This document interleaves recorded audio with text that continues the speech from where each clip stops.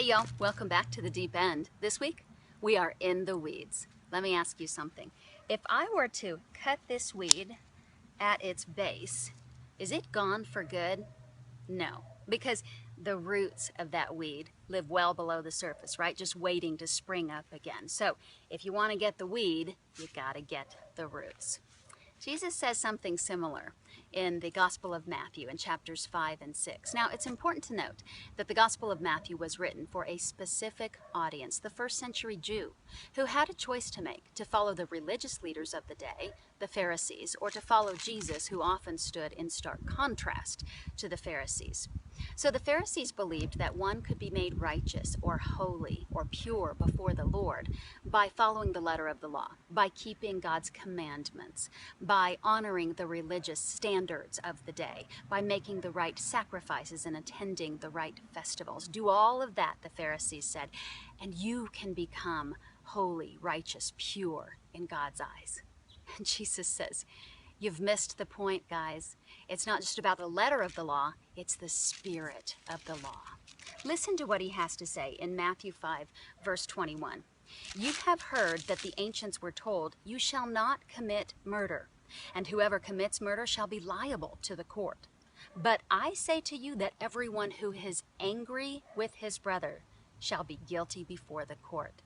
Anyone who's just angry with his brother was guilty of murder. Jesus goes on to say in verse 27, you have heard that it was said, you shall not commit adultery. But I say to you that everyone who looks at a woman with lust for her has already committed adultery with her in his heart. Jesus is going well below the surface of the act to the root of the act. And he is saying righteousness is lived out in our hearts. You know, it's pretty easy in this world to put on a good face, to put on a good show. After all, most of us aren't murderers. Most of us haven't taken up with someone else's spouse. If we say the right things, like I love Jesus, and do the right things, like go to church maybe multiple times a week, then we're living righteous lives, right? We're fairly sinless, weedless lives. Wrong.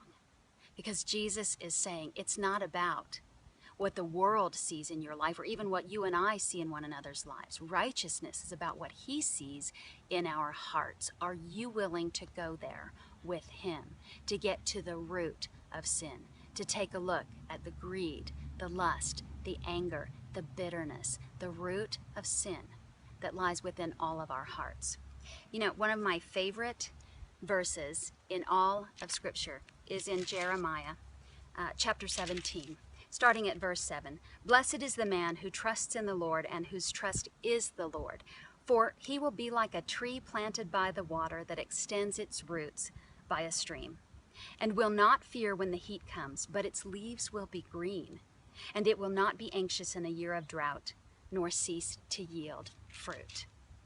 Something is going to take root in our heart, folks. Will it be self-righteousness, or will it be righteousness in the Lord?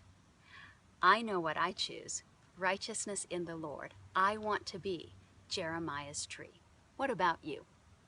Thanks for joining us in the deep end and in the weeds this week.